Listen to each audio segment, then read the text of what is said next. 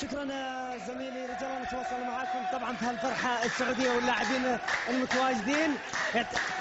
مبروك محمد، مبروك راشد. الله يبارك فيك حبيبي. السعوديه حلوه. الله يخليك، تستاهلون وان شاء الله على اقبال البطوله ان شاء الله. العافيه. حسين مبروك. الله يبارك فيك. طيب الحمد لله على كذا. مبروك صالح. الف مبروك. الله يبارك فيك. احمد صعبه كانت ها؟ الحمد لله على كل حال. تجاوزها الحمد لله نجاوزها وناخذ الكاس ان شاء الله. ابراهيم تستاهلون. مبروك. اكبر. الله يبارك فيك. شوف العيال. اسامه حلوه المباراه. الحمد لله على كل حال، مبروكين الفوز وان شاء الله النهائي باذن الله. النهائي ان شاء الله نقول نتمنى لكم التوفيق ان شاء الله فيه. المباراه اليوم كانت نقول سهله بعض الشيء.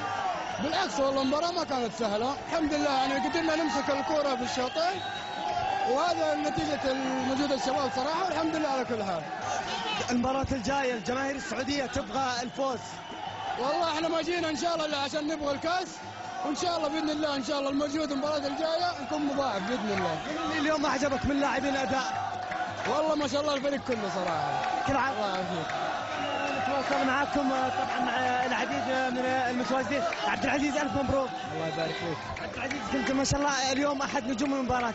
الحمد لله توفيق من الله ومجهود زملائي. عبد العزيز وين كانت لحظات المباراة اصعبها؟ والله اصعبها يعني اكيد قبل لا نسجل هدف، لان صعبه يمكن هم يسجلون يمكن، لكن الحمد لله سجلنا وقدرنا نحافظ عليه. هل كان عندك تفاؤل بالفوز اليوم؟ اكيد يعني اي مباراه ندخلها لازم متفائلين.